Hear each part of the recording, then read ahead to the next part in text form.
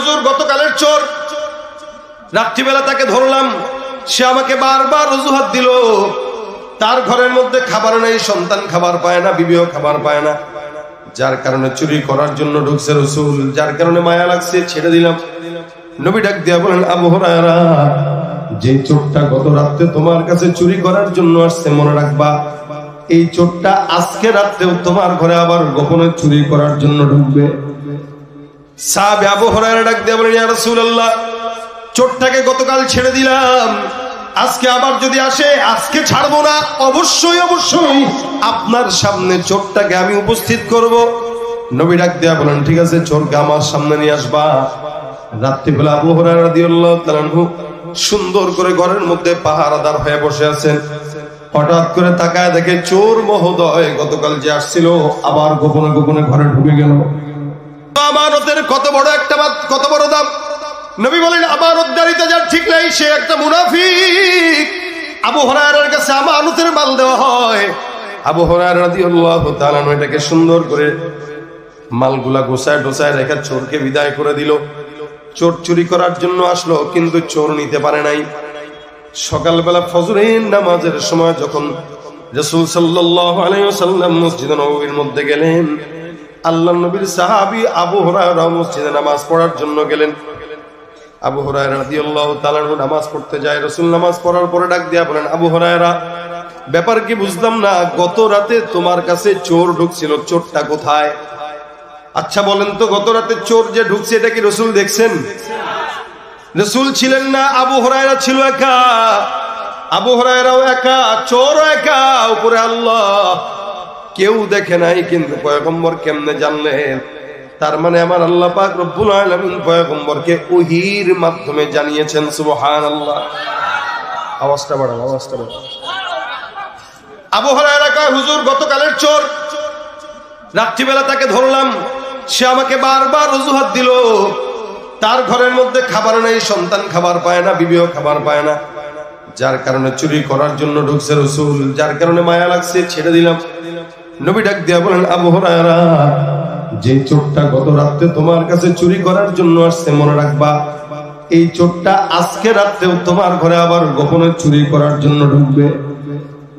সাহাবী আবু হুরায়রা ডাক দিয়া বলেন, ইয়া রাসূলুল্লাহ, চোরটাকে গতকাল ছেড়ে দিলাম, আজকে আবার যদি আসে আজকে ছাড়বো না, অবশ্যই অবশ্যই আপনার সামনে চোরটাকে আমি উপস্থিত করব।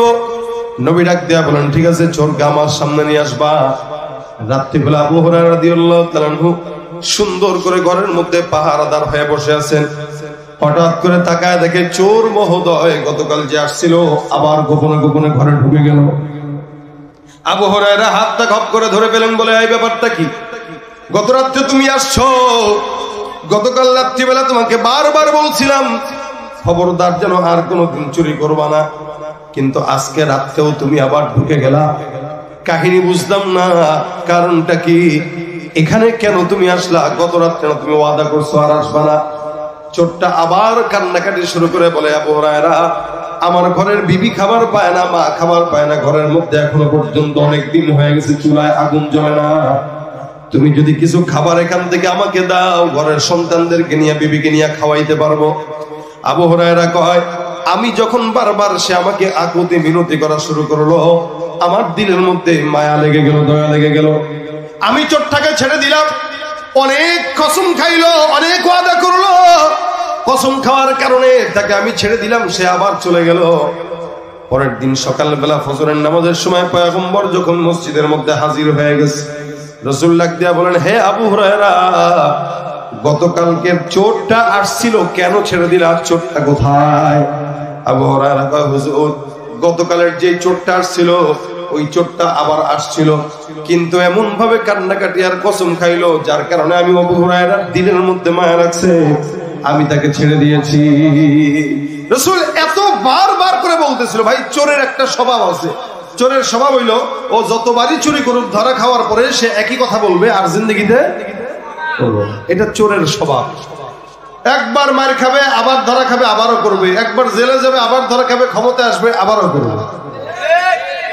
সুতরাং চোরদেরকে বেশি বিশ্বাস করতে নাই। যত কান্নাকাটি করুক, ওর কাজে হইলো ধরা খাইলে কানবে, এটাই তার কাজ। আপনি ধরবেন, মারবেন, কান্নাকাটি করবে, মাফ চাবে, কসম খাবে, আল্লাহর কসম, নবীর কসম, আমার মায়ের কসম, মায়ের দুধের কসম, মানে এমন কোন কসম নাই যেটা সে দিবে না। সে দিবে, কিন্তু দেওয়ার পরেও সে আবার কি করবে? দেওয়ার পরেও সে কি করবে? আবার কসম ভাঙবে। এটা চোরের আদত। রাসূল সাল্লাল্লাহু আলাইহি ওয়াসাল্লাম বলেন, কি ব্যাপার, গত রাত্রের চোরটা আসছিল, কি করলে? হুজুর মায়া লাগছে, ছেড়ে দিছি। রাসূল বলেন, আবারও আজকে আসবে। আবু হুরায়রা কয়, হুজুর 2 দিন মাফ করছি, আজকে যদি আসে লাঠি নিয়ে পিটায়া, না না পিটাও না, আমার কাছে নিয়ে এসো। এবার আবু হুরায়রা রাদিয়াল্লাহু তাআলা তৈয়ার, চোর আসলেই কি করবে? ধরবে। চোর আসলেই ধরবে। আবু হুরায়রা তৈয়ার, দড়ি টড়ি নিয়ে একদম রেডি, ঘরের ভিতরে বসা। চোর মহোদয় ঢুকছে ঘরের মধ্যে।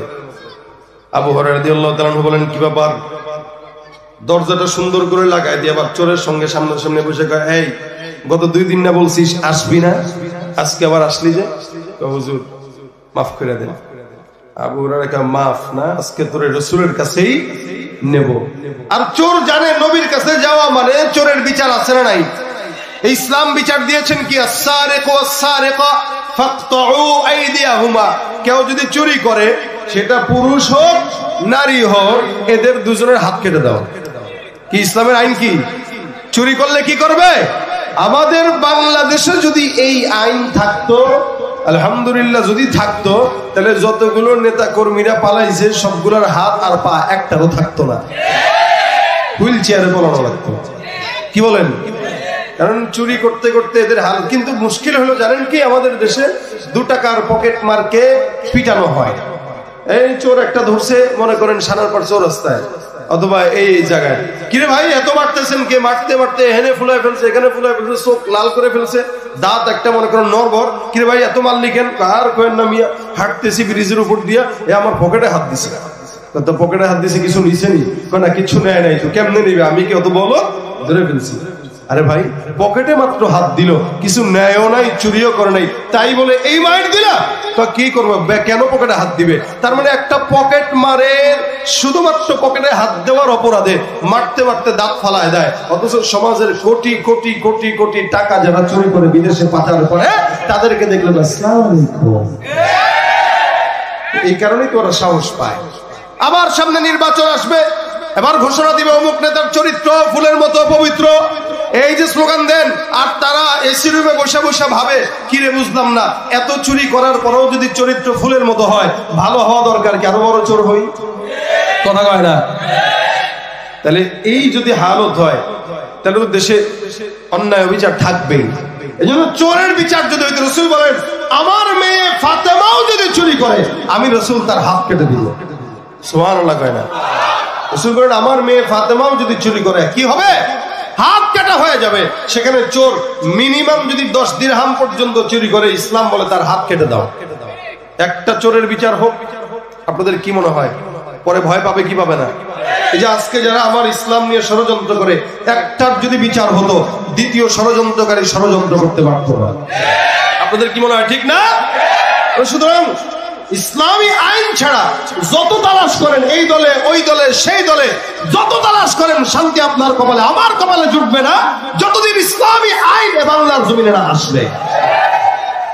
আল্লাহ পাক আমাদেরকে ইসলামী আইন পাশ করায় দেখ, এদেশ কি ইসলামের জন্য কবুল করে নেই। হ্যাঁ, সময় লাগবে, কিন্তু এখন থেকেই প্রস্তুতি গ্রহণ করা লাগবে। আজকে পারবো না, 5 বছর পরে হোক, 50 বছর পরে হোক, শান্তি দেশে আসবেই, সেটা কোরআনের হাত ধরে। ঠিক কিনা ধরে? এছাড়া শান্তি আসবে? চোরের বিধান, হাত কাটো। আবু হুরায়রা কয়, দর্শি তো, ছাড়া ছাড়ি নাই, আজকে ধরবই। চোর মহোদয় আসলো, সুন্দর করে ধরলেন চোরকে। এবার হাতের মধ্যে রশি দিয়া বাঁধলেন, বেঁধে সুন্দর করে ঝুলায় রাখছেন, দেয়ালের সঙ্গে বাইধা রাখছেন। আবু হুরায়রা কয়, রাসূলের সামনে হাজির করব, ফজরের নামাজের সময় মসজিদে পয়গম্বর আসবে, তোমার বিচার হবে। চোরের এবার টেনশনে পড়ে গেছে। গত 2 দিন তো বিবির কথা বলে, বাচ্চার কথা বলে কোনো মতে পার পাইছি, আজকে কার কথা বলবো? একই অজুহাত প্রতিদিন দিলে তো মাফ পাওয়া যায় না, অজুহাতটা তো একটু পাল্টানো দরকার। কিন্তু চিন্তা করে লাভ নাই। অবশেষে আবার ডাক দেয়া বলে, আবু হুরায়রা, ঘরের মধ্যে আমাকে যদি বেঁধে রাখো, সন্তান খাবার পাবে না। যত বদদোয়া দিবে সব তোমার গায়ের মধ্যে লাগবে। আবু হুরায়রা কয় এগুলা পুরান কথা, নতুন কথা কম শুনছি অনেক, তোরে আর ছাড়াছাড়ি নেই। জনগণের টাকা এটা চুরি করতে আসছিস তুই, জনগণের মাল চুরি করতে আসছিস, তোরে রাসূলের কাছে নেওয়া হবে। এবার চোর মনে মনে ভাবে আয় হায় কি বুদ্ধি করা যায়। চোর টেনশন করে কি করা যায়, কি বলা যায়, কি বললে ছাড়া যায়। অনেকক্ষণ চিন্তা করতে করতে ডাক দেয়, কয় এ আবু হুরায়রা, কি কিছু বলবা? শুনেন, আমি আপনার এমন একটা কোরআনের একটা আয়াতের আমল বাতলায় দিতে চাই যে আমলটা আপনি জানেন না। এমন একটা আয়াত আমি আপনাকে শোনাবো যে আয়াতের ব্যাপারে আপনার ধারণা নাই। এই আয়াতটা যদি আপনাকে আমি শোনায় দেই, বলেন আপনি আমাকে ছাড়বেন কিনা? চোর বলতেছে। আবু হুরায়রা কয় কি রে তুই চোর, তুই আমাদের কোরআনের আয়াত শোনাবি আর আমল শিখাবি? আমি চোর হইতে পারি, ইসলাম তো ঈমান তো ঠিক আছে, কি বলেন? বিপদে বললে চোরের মুখেও ধর্মের কথা শুনতে হয়। আমরা এতগুলা বছর আমাদের এই মাহফিল গুলার স্টেজে অনেক চোরের মুখে ধর্মের কথা শুনছি, কিছু বলতে পারি নাই। কিন্তু চোরের মুখে ধর্মের কথা মানায়, কি বলেন মানায়? কিন্তু চোর, এই চোর আর সেই চোর এক না, এই চোর শিক্ষিত চোর। এজন্য আবু হুরায়রা, আমি আপনাকে কোরআনের একটা আয়াতের আমলের কথা বলবো, আপনি কি শুনবেন? আবু হুরায়রা রাদিয়াল্লাহু তাআলা কেমন ছিলেন আপনারা তো বুঝতেও পারেন না।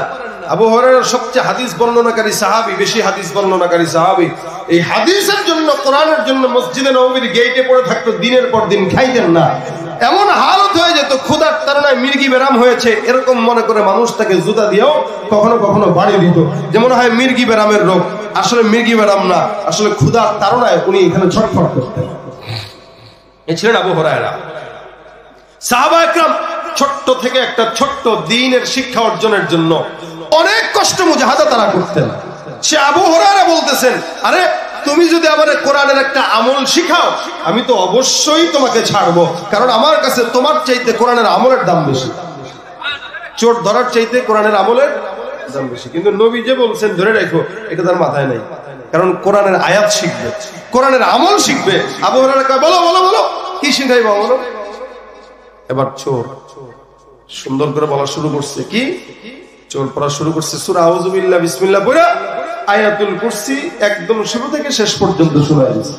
শোনা বলতেছে আবু হুরায়রা, এই যে আয়াতুল কুরসিটা আমি তোমাকে শিখাইলাম, শোনাইলাম, এই আয়াতুল কুরসি যদি কেউ পাঠ করে রাত্রিবেলা ঘুমানোর আগে, তাহলে আল্লাহ পাক সকালের ফজর পর্যন্ত ওই বান্দাকে আমাদের কি বলে সকল প্রকার শয়তান জিন্নাতের ওয়াসওয়াসা থেকে, অনিষ্টতা থেকে আল্লাহ তাআলা হেফাজত করবেন। বুঝছেন? রাত্রিবেলা যদি কেউ পড়ে, সকাল পর্যন্ত আল্লাহ পাক তাকে জিন্নাত, মানুষ শয়তান, জিন শয়তান সবকিছু থেকে আল্লাহ কি করবেন? হেফাজত করবেন। আবার যদি কেউ সকালবেলা পড়ে, তো রাত পর্যন্ত আল্লাহ পাক ফেরেশতার মাধ্যমে তাকে হেফাজত করবে, আর শয়তানের অনিষ্টতা থেকে তার সম্পর্কে হেফাজত করবে। এই আমলটা আপনাদের কাছে ছোট মনে হয়েছে? আপনারা অনেক সময়, সেদিন এক লোক আমার বলতেছে যে ভাই আমার ঘর থেকে জিন্নাত টাকা চুরি করছে। কে? জিন জিন জিন। ওদিন মাহফিলে গেছি গত 2 সপ্তাহ আগে দিনাজপুরে। তো আমার খুব ঘনিষ্ঠ এক লোক আছে, রাত্রিবেলা তার বাসায় একটু গেছি। তো যাওয়ার পরে আতরের একটা ওই কি বলে কর্নার সেলফ, আতর পছন্দ করে সে। তা আমার বাসায় এরকম আতরের সেলফ আছে, পছন্দ যাদের এরা আতর রাখে, বিভিন্ন আইটেমের আতর ভালো লাগে তাই কিনে কিনে রাখি। তো ওই লোক দেখি আমার মতো এরকম আতর রাখছে। দেখছেন কত আতর? আমি আমার বাসার অর্ধেকের অর্ধেক আতর নাই আপনার, কি আতর আছে আপনার? সে বলতেছে আর কোয়েন না হুজুর, আমার এখানে আতর সব ভরা ছিল, গত 1 বছরে অর্ধেক আতর চুরি করছে জিন। কে চুরি করছে? জিন চুরি করছে। আমি কি বলেন? জিন চুরি করছে? আর কোয়েন না মিয়া। সেদিন গত 1 সপ্তাহ আগে আমার বাসার এক ভাড়াটিয়া বলতেছে তার বাসার থেকে নাকি 1.5 লক্ষ টাকা জিন চুরি করছে। জিন ভাই চুরি হয়, শয়তান যেগুলো আছে এগুলা চুরি করে, এগুলো অনিষ্টতা। এ কারণে এই চোরে বলতেছে কি, এই তুমি এই সমস্ত অনিষ্টতা থেকে নিজের সম্পদকে, নিজের জানকে, নিজের মালকে হেফাজত যদি করতে চাও, আয়াতুল কুরসি রাত্রে পড়বা, সকাল পর্যন্ত তোমার সবকিছুর হেফাজতের দায়িত্ব নিয়ে নেবেন আল্লাহ। সুবহানাল্লাহ জোরে কোন। আবার সকালে পড়বা, রাত পর্যন্ত সব অনিষ্টতা থেকে হেফাজত করবেন কে? আচ্ছা, আবু হুরায়রা রাদিয়াল্লাহু তাআলা কয়, কি রে, এটা তো আমি জানতাম না। চোরে চোর হইলেও তো মোটামুটি ইমানদার ছিল, যেহেতু তুই ভালো একটা কাজ করছিস, যা তোরে ছেড়ে দিলাম, যা ভাগ, তাড়াতাড়ি ভাগ, আর কিন্তু আসিস না। না, মাথা নষ্ট হয়েছে, আর জিন্দেগিতে আসবো আমি। গেছে। সকালবেলা রাসূল সাল্লাল্লাহু আলাইহি ওয়াসাল্লাম হাজির। নবী এসে ডাক দিয়ে বলতেছেন, কি ব্যাপার, চোর কোথায়? আবু হুরায়রা, হুজুর কাম একটা তো ঘটে গেছে, আমি বিপদেই পড়ছি হুজুর, তিনবার ধরলাম, কিন্তু চোরকে আপনার কাছে আনতে পারলাম না। রাসূল বলেন, কি সমস্যা? হুজুর গত 2 দিন ধরছি, 2 দিন সে তার মায়ের নামে, শিশুর নামে, বাচ্চার নামে, বউর নামে নানান অজুহাত দিয়ে টিয়ে ভাগছে, মায়া লেগে গেছে। রুহামা উবাইনাহুম, সাহাবা একরাম ছিল, এদের দিলে মায়া ছিল, দয়া ছিল, কিন্তু লাস্টের দিন হুজুর তাকে দড়ি দিয়া বাঁধছি। বাঁধার পরে সে আমারে বলতেছে, ভাই রে, তোমারে আমল একটা শিখাবো, বিনিময়ে ছেড়ে দিও। আমি চিন্তা করছি আমার আমল দরকার, চোর দরকার নাই, চোর দিয়ে কি করবো? চোর থাকবে, যতক্ষণ থাকবে ততক্ষণ বিপদ। এদিকে তাকাবো, ওদিক দিয়ে ওটা পকেটে পড়বো, ওদিকে তাকাবো, ওটা পকেটে পড়বো, ওর সাথে আমি পারবো? চিন্তা করলাম, ওরে কোনো মতে ঘর থেকে বের করতে পারলে বাঁচি, তবে বের যে করবো কিছু তো একটা দিবে। সে আমারে বলছে আমাকে একটা আমল শিখাবে, আমলের বিনিময়ে তাকে ছাড়তে হবে। তা আমি আল্লাহর রহমতে চিন্তা করলাম আমলটা শেখা তোর জরুরি। আমি চোরের থেকে আমল শিখছি, চোরকে আমি ছেড়ে দিছি। নবী বলেন, কি আমল শিখছি একটু শোনাও আমাদের। সাহাবী বলতেছেন, হুজুর চোর আমাকে বলে গেছে, কেউ যদি রাত্রে বেলা ঘুমের আগে আয়াতুল কুরসি তেলাওয়াত করে তো সারা রাত আল্লাহ পাক শয়তানের অনিষ্টতা থেকে হেফাজত করবে। আবার সকালবেলা যদি পাঠ করে তো সারা দিন আল্লাহ পাক শয়তানের অনিষ্টতা থেকে হেফাজত করবে। নবী বলেন, মাশাআল্লাহ। এই আবু হুরায়রা, মনে রাখো, ইন্নাহু ক্বাদ সাদাকাকা ওয়া হুয়া কাযুব। আবু হুরায়রা, সে তোমাকে যা বলেছে 100% সত্য কথা বলেছে, তবে সে যে লোকটা বলেছে লোকটা সত্যবাদী না, সে মিথ্যাবাদী। আবু হুরায়রা, আপনি কি তাকে চিনেন? আপনি কি তাকে চিনেন? প্রথমবার আসলো, আপনি বললেন আবারও আসবে, সে আসছে। আপনি বললেন আবারও আসবে, সে আসছে। আবার এখন বলতেছেন সে মিথ্যাবাদী, তার মানে রাসূল আপনি তাকে চিনেন? আপনি বলেন তো নবী সে কে?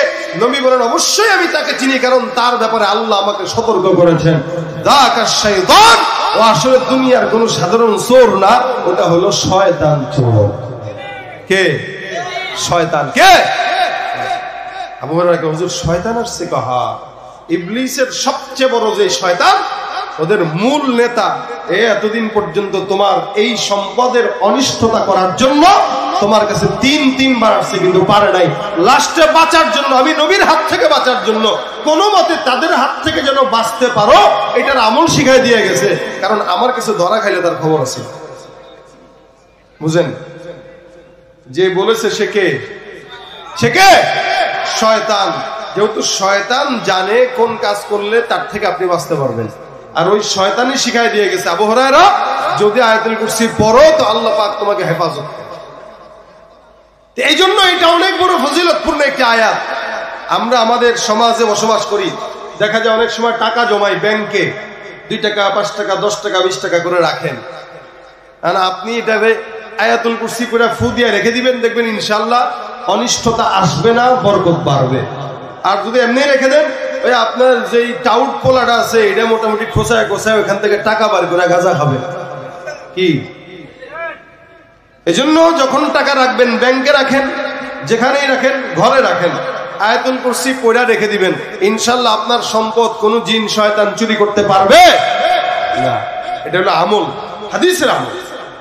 উবাই ইবনে কাব রাদিয়াল্লাহু তাআলা থেকে বর্ণিত, উনি বলেন যে আমি একবার, আমার বিশাল বড় একটা খেজুর বাগান ছিল, ওই খেজুর বাগানে আমি একদিন গেলাম বাগান পরিদর্শন করার জন্য, কতটুকু ফল ধরছে।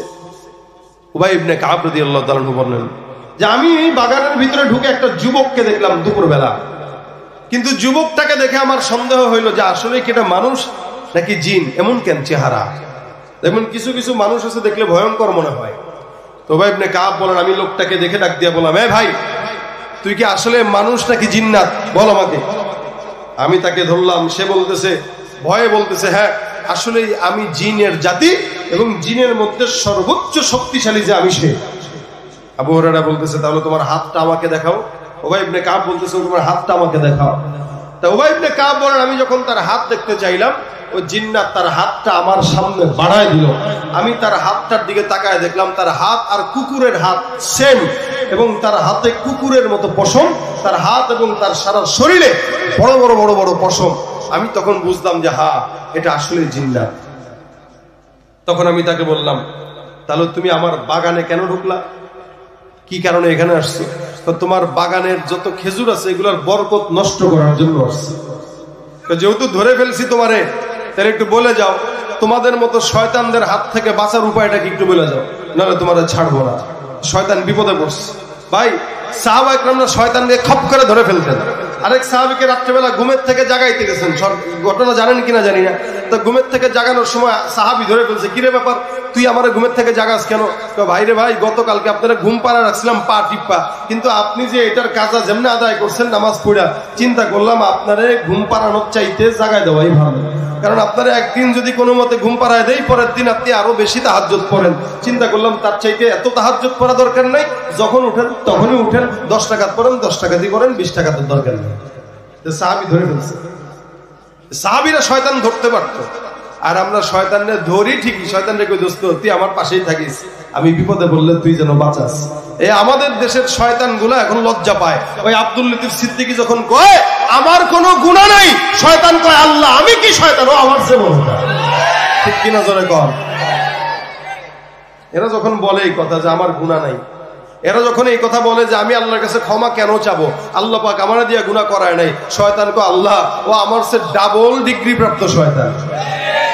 আমাদের শয়তান আমাদেরকে দেখলে আরো ওস্তাদ ডাকে, আর সাহাবা ইকরামদের কাছে দেখলে সারেন্ডার করতো, না না বস ভুল হয়ে গেছে, আর জিন্দেগিতে আসবো না। তারা যেমন ইমানদার, তাদের শয়তানরাও ধরা খাইতো তাদের কাছে। তো উবাই ইবনে কাব শয়তানকে ধরছেন, ধরা পরে বলতেছেন, যেহেতু ধরা খাইলা ছাড়া ছাড়ি নাই, বলো তোমার থেকে বাঁচার উপায় কি?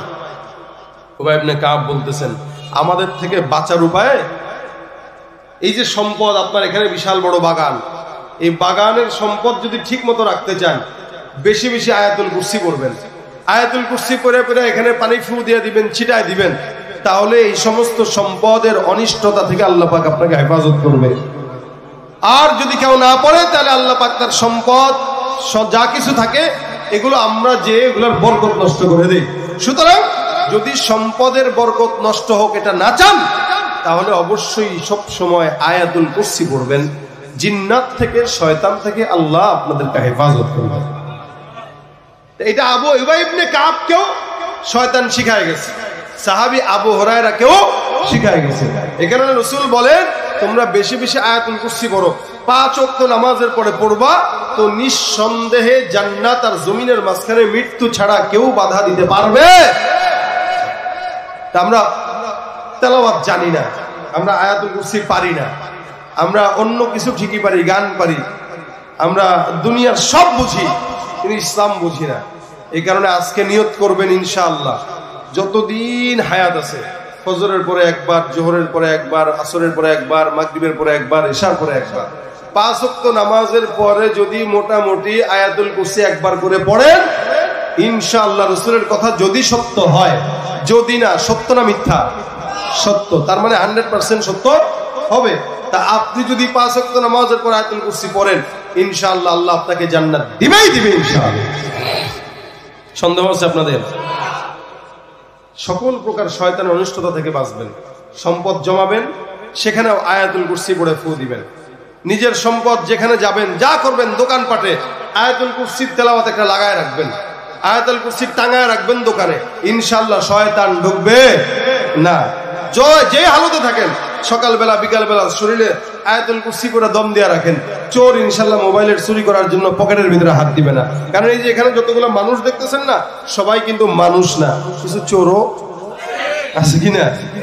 আমি আপনাদেরকে চোর বলতেছি না, তবে মানুষের বেশি কিছু চোর বসবাস করে কিনা, কথা কয় না, আছে না নাই? ভিড়ের ভিতরে চলতে গেলে বিপদ, যখন তখন হাত দেওয়া যায়। আরে মোটামুটি মসজিদে গেলেও চোর পাওয়া যায়, আবার এই মাহফিলে গেলেও চোর পাওয়া যায়, ওই ফ্লাইওভারে গেলেও চোর পাওয়া যায়, ওভার ব্রিজে হাঁটতে গেলেও চোর পাওয়া যায়। এখন যে কোনো টাইপের চোর থেকে যদি বাঁচতে চান, আয়াতুল কুরসির বিকল্প আছে। এখানেও যারা আছেন, একটু পকেটটা সাবধানে রাখেন, দাঁড়ায় রয়েছেন অনেকক্ষণ ধরে, যাওয়ার সময় দেখবেন নিজের মোবাইল নাই, রাত্রেবেলা ফেসবুকের আমল করতে পারবেন না, কি ঠিক না? চোর আছে কিনা নাই? রাস্তাঘাটে যায় না চলা এই মানুষের ভিড়ে, ওই ভিড়ের মাঝেও আবার কেহ অন্যের পকেট মারে। রাস্তাঘাটে যায় না চলা এই মানুষের ভিড়ে, ওই ভিড়ের মাঝেও আবার কেহ অন্যের পকেট মারে। তাকেও যদি মানুষ বলো আমার বলার কিছুই নাই, তাকেও যদি মানুষ বলো আমার বলার কিছুই নাই। মানুষ দেখতে চলো এবার জাদুঘরে যাই সবাই, হায়রে সাধের দুনিয়ায় মানুষ পাওয়া বড় দায়। মানুষ দেখতে চলো এবার জাদুঘরে যাই সবাই। সব মানুষ মানুষ না, কিছু মানুষ চোর আছে কিনা? মানুষ বেশি চোর আছে, ডাকাত আছে, সন্ত্রাসী আছে। এই সব কিছু থেকে বাঁচতে চান তো আয়াতুল কুরসির বিকল্প নাই। এই জন্য নিয়ত করেন আজকে থেকে এখান থেকে যা সুযোগ হয় না হয়, অনেক বয়ান শুনবেন যাবেন, কিন্তু 5 ওয়াক্ত নামাজের পরে অন্তত একবার আয়াতুল কুরসি কষ্ট যদি হয় মুখস্থ করতে, আজকে থেকেই মুখস্থ করার নিয়ত করেন। প্রত্যেকদিন একটু একটু করে করেন। আজকে করবেন আল্লাহু লা ইলাহা ইল্লা হুয়াল হাইয়ুল কাইয়্যুম, এতটুকু পারেন। তারপরের দিন করবেন লা তাখুযুহু সিনাতুন ওয়ালা নাওম। অনেক মুফাসসিরিন একরাম বলেছেন এই আয়াতুল কুরসি হলো ইসমে আযম। ইসমে আযম মানে আপনি এটা পড়ে যা বলবেন আল্লাহ পাক তা কবুল করবেন। এটা পড়ে যা বলবেন মনের আশা সব পূরণ হয়ে যাবে।